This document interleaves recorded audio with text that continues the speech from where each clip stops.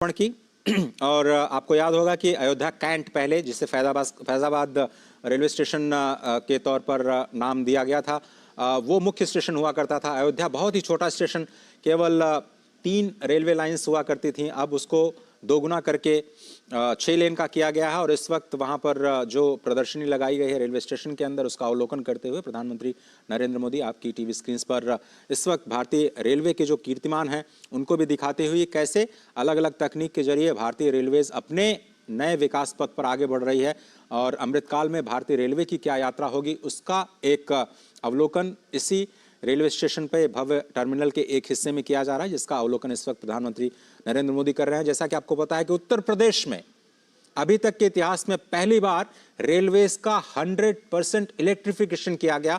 इन सभी कीर्तिमानों की जानकारी प्रधानमंत्री को दी जा रही है और कैसे नए कोचेस का निर्माण किया गया है। आपको याद होगा कि काशी जब भी जाते हैं प्रधानमंत्री नरेंद्र मोदी DLW जो डीजल लोकोमोटिव वर्कशॉप है वहां पर रुकते हैं।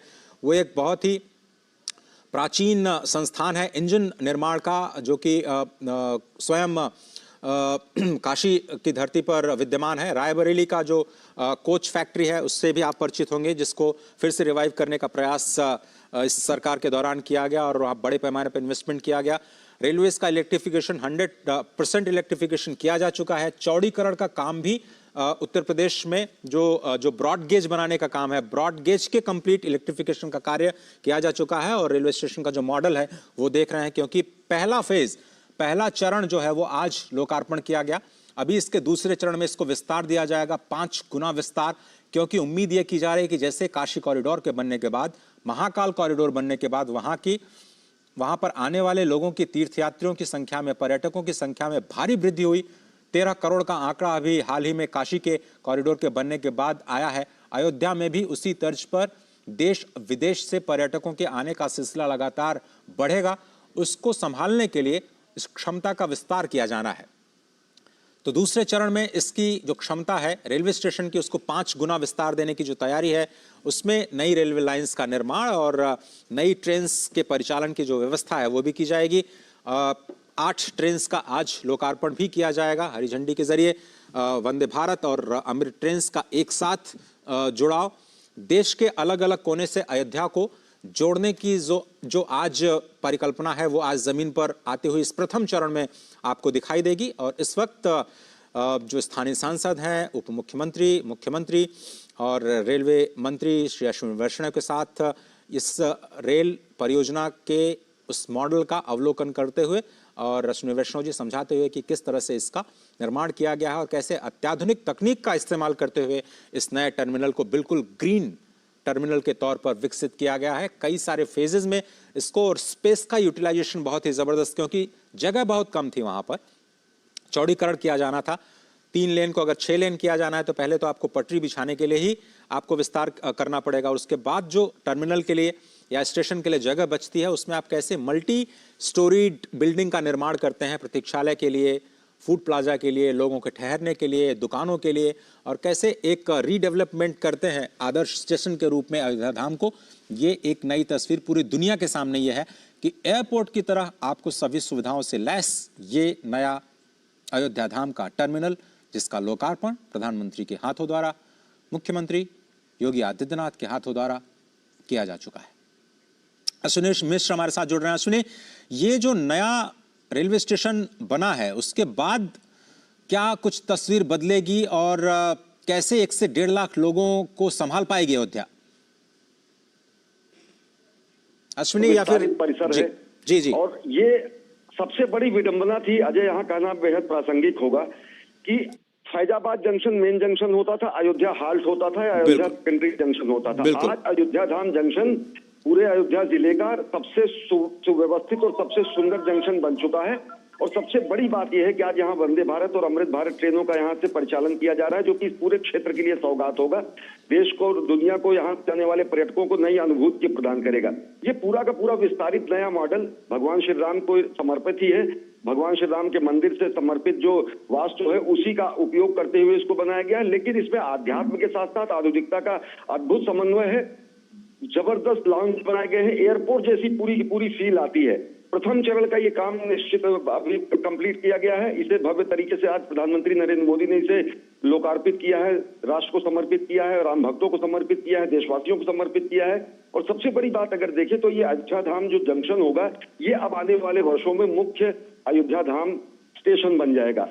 अयोध्या का जो कैंट स्टेशन है और जो अयोध्या से आगे अगर देखें, जो गोरखपुर से आएंगे लोग, वो रामघाट एक स्टेशन पड़ता है, वहां पर उस विस्तार किया जा रहा है। रामघाट स्टेशन से अलग अगर देखें तो अयोध्या स्टेशन, आसपास के दर्शन नगर स्टेशन, सारे गुप्तार घाट की तरफ जो स्टेशन पड़ता है, इन सारे स्टेशन का इस तरीके से विकास किया जा रहा है कि जो श्रद्धालु, क्योंकि अयोध्या के मुख्य भगवान श्री राम के मंदिर सही कहा आपने धाम जी। जंक्शन की, तो आने वाले समय में पर्यटकों का, श्रद्धालुओं का जो दबाव होगा वो अलग अलग स्टेशन पर डेवलप किया जा सके। अत्याधुनिक सुविधा, शानदार एयरपोर्ट जैसी फील देने वाला ये अयोध्या धाम का स्टेशन है। इसमें क्रेश है, इसमें फर्स्ट एड की सुविधाएं की गई हैं, लाउंज इसका बहुत बड़ा है, इसमें एस्केलेटर लगाए गए हैं और सबसे बड़ी बात जो एक संवेदनशील अप्रोच दिखती है, सुगम भारत का दिखता है। सब जगह रैंप बनाए गए हैं। वर्तमान सरकार के कार्यकाल के अगर पहले देखें तो हमको आपको अपने माता पिता बुजुर्गों को या फिर वृद्धों को, रोगियों को स्टेशन पर ले जाना एक बहुत बड़ी मशक्कत होती थी, लेकिन सुगम भारत अभियान के साथ साथ एक संवेदनशील अप्रोच को देखते हुए समस्त दिव्यांगों के लिए, समस्त बुजुर्गों के लिए, रुग्ण रोगियों के लिए ऐसी व्यवस्था की गई है कि उन्हें तत्काल प्राथमिक सुविधा से लेकर हर तरीके की सुविधा अगर वो कहीं यात्रा में है तो वो हासिल की जा सके। देश भर के रेलवे स्टेशनों में ये दिखता है और अयोध्या धाम निश्चित तौर से एक आधुनिक और आध्यात्मिक परिक्रमा का ही विस्तार है। अजय, तो अगर आप रेलवे स्टेशन को केंद्र बना करके वहां के आसपास के जो आध्यात्मिक स्थल हैं उनकी यात्रा को थोड़ा सा जोड़ने की कोशिश करिए। अगर कोई पैदल यात्री वहां से उतरता है तो राम जन्मभूमि, हनुमानगढ़ी, गुप्तार घाट या फिर नया घाट जो बना हुआ है, अगर पैदल कोई जाना चाहता है किस तरह से प्लान कर सकता है। सुगम्य भारत का आपने जिक्र किया, शायद श्री राम भव्य राम मंदिर जो बन रहा है वहां पर भी बुजुर्गों के लिए विशेष व्यवस्थाएं की जा रही हैं। निश्चित तौर से ये पूरा का पूरा स्टेशन वही, जैसे मैं कह रहा हूं कि आधुनिकता और आध्यात्मिकता का संगम तो है ही, साथ ही साथ संवेदनशीलता का जबरदस्त उदाहरण है, क्योंकि एस्केलेटर्स, रैंप, दिव्यांगजनों के लिए अलग से जो है आने की व्यवस्था, और साथ ही साथ दूरी जो मैं बता रहा हूं तकरीबन 1 किलोमीटर से भी कम है। स्टेशन से निकलने के बाद सीधे रामपथ को पार करने के बाद राम जन्मभूमि पथ शुरू हो जाता है सुग्रीव किला से होते हुए, और जहां से दिव्य भव्य भगवान श्री राम का नव्य ये विराजमान, जहां पर भगवान श्री राम की प्राण प्रतिष्ठा होगी स्वरूप की, वो मंदिर दिखने लगता है। अयोध्या स्टेशन से जब आप मुख्य मार्ग पर आएंगे तो सीधे आपको साक्षात दर्शन होंगे भगवान श्री राम के मंदिर का, और राम जन्मभूमि पथ वहीं शुरू हो जाता है बिरला धर्म से। नजदीक अगर पहुंचने का जो स्थान है तो अयोध्या धाम जंक्शन होगा। देखिए तो रामघाट की तरफ अगर गोरखपुर से लोग आ रहे हैं तो रामघाट स्टेशन को भी विकसित विस्तार दिया जा रहा है। फैजाबाद का जो पुराना जंक्शन है जिसको अयोध्या कैंट जाना जाता है, अयोध्या कैंट का विस्तार तो है ही, जो कि शहरी सुविधाओं से पहले से ही लैस है। तो जयश्री जी, अब ये जो तस्वीरें देख रहे हैं हम, अब ये जो तस्वीरें देख रहे हैं वो है नए अमृत ट्रेन की। कहा जाता था वंदे भारत जो ट्रेन है वो बड़े लोगों के लिए है, पैसे वालों के लिए है, सामान्य लोगों के लिए कोई ट्रेन की व्यवस्था ये सरकार कर नहीं रही है। ये एक नई पहल। आपको याद होगा, अगर आपने जब पहले सफ़र किया होगा, जिसको जनरल बोगी कहा जाता था, घुसना बड़ा मुश्किल होता था। किसी ने रूमाल फेंक करके अगर कोई सीट हासिल कर ली तो चलिए उनका तो सफ़र किसी तरह से कट जाता था, लेकिन बहुत सारे लोगों को खड़े होकर के बिना किसी स्थान के, बिना किसी सुविधा के, सामान को लादे लादे आप बहुत ही मुश्किल से अपने गंतव्य तक जा पाते थे। ये अमृत ट्रेन के अंदर की तस्वीरें हैं। प्रधानमंत्री नरेंद्र मोदी हमेशा की तरह बच्चों के साथ संवाद करते हुए, कोई उन्हें कविताएं सुना रहा है, कोई उन्हें अपने लिखे हुए संस्मरण सुना रहा है, कोई चित्रों के माध्यम से उनका स्वागत कर रहा है। ऐसी तस्वीरें हम हमेशा प्रधानमंत्री के संपर्क यात्रा के दौरान देखते रहे हैं। मेट्रो कोचेस में खास तौर पर जब वो सफ़र करते हैं तो ऐसी तस्वीरें हमें दिखाई देती हैं। लेकिन इस वक्त आप देखिए बहुत ही अत्याधुनिक, ये बिल्कुल जनरल वार्ड का जो डिब्बा है उसको कैसे आधुनिक बनाया गया है, कैसे चार्जिंग की व्यवस्था, क्योंकि नए बदलते हुए माहौल में सभी लोग मोबाइल फ़ोन के ज़रिए कनेक्टेड रहना चाहते हैं। हर कोई हर स्टेशन पे देखता है कि इस वक्त मेरी गाड़ी कहाँ पहुँची, मैं कितनी देर बाद अपने घर पहुँच पाऊँगा, रेलवे स्टेशन पे कितनी देर रुक पाऊँगा, वहाँ पर क्या सुविधाएं हैं। तो ये सारी की सारी जो सुविधाएं हैं, चाहे वो पब्लिक अनाउंसमेंट की सुविधा हो या फिर clean neat and clean toilets की सुविधा हो, जो कि नॉर्मल जो यात्री के डिब्बे हैं उसमें कैसे दी जाए और कैसे तकनीक का इस्तेमाल करते हुए इसको भी सुविधाजनक बनाया जाए, उसकी एक कोशिश की जा रही है। अमृत भारत जो ट्रेन नई आज शुभारंभ की जाएगी, 2 अमृत भारत ट्रेन यहाँ से अयोध्या से, जो कि दक्षिण भारत को और ख़ास तौर पर मिथिलांचल को अयोध्या के साथ जोड़ेगी, नई दिल्ली को भी जोड़ेगी। तो उसके साथ साथ जो 6 वंदे भारत ट्रेन हैं उसका भी आज शुभारंभ किया जाएगा, जिनका हॉल्ट अयोध्या धाम को बनाया गया है, स्पष्ट तौर पर इसी बात को ध्यान में रखते हुए कि जब रामलला विराजमान होंगे तो लाखों की संख्या में जो पर्यटक आएंगे उनको समायोजित करने के लिए बहुत सारे साधनों की ज़रूरत होगी। कुछ लोग ट्रेन से, कुछ लोग सड़क परिवहन से, कुछ लोग वायुयान के ज़रिए, कुछ लोग अपनी गाड़ी से, कुछ लोग बसों के ज़रिए, बहुत सारे यात्राओं के जरिए, बहुत सारे यात्रा के जो साधन हैं उनका इस्तेमाल करते हुए अयोध्या तक पहुंचना चाहेंगे। साथ ही साथ वाटरवेज का भी निर्माण किया जा रहा है, वहाँ पर भी जो सुविधाएं हैं, बताया जा रहा है कि वाटर मेट्रो की भी शुरुआत अयोध्या में होने वाली है। तो ये एक इंटीग्रेटेड अप्रोच है पूरे ट्रांसपोर्ट सिस्टम का, और विरासत के साथ कैसे विकास को आप जोड़ते हैं उसकी एक वानगी, उसकी एक झलक आपको दिखाई देगी। राजेश राज, क्या आप मेरे साथ हैं? या अश्विनी जी? जी अजय जी। जी, तो मैं आपसे ये समझना चाह रहा था कि ये जो नई पहल की जा रही है अमृत ट्रेन के जरिए, जो आज अमृत भारत ट्रेन, और जैसा कि हम बार बार ये कह रहे हैं कि अमृत काल में भारत प्रवेश कर रहा है, ये जो नई शुरुआत है, इस वक्त आप देख रहे हैं हरी झंडी दिखा करके अमृत ट्रेन को रवाना करने की तैयारी हो जा चुकी है। ये बिल्कुल लाइव विजुअल्स, अमृत ट्रेन अब रवाना अयोध्या धाम रेलवे स्टेशन से। हाँ,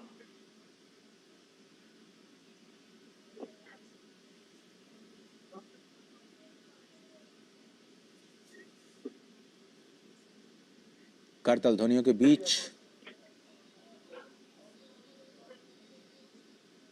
मेक इन इंडिया पूरी तरह से भारत में बनी हुई, ये देखिए 6 वंदे भारत ट्रेन्स और 2 अमृत भारत ट्रेन्स, 8 ट्रेन्स का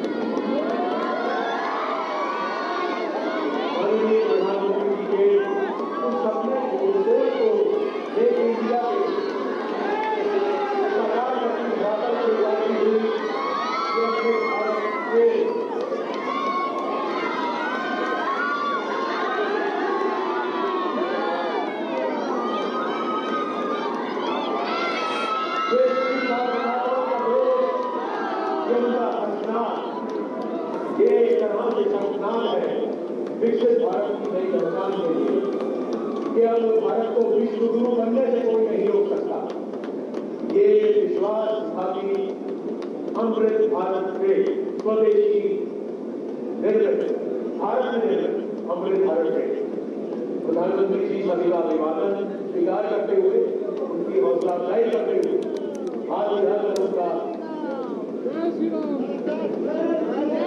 अभिवादन करते हुए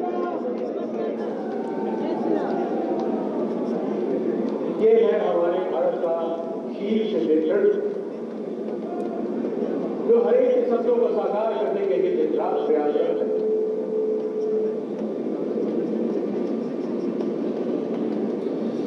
हम आभारी हैं, हृदय से आभारी हैं, आभार प्रकट करते हैं भारत के यशस्वी प्रधानमंत्री जी, जिनके आगमन में आज इस धरा पर इतिहास बचा है।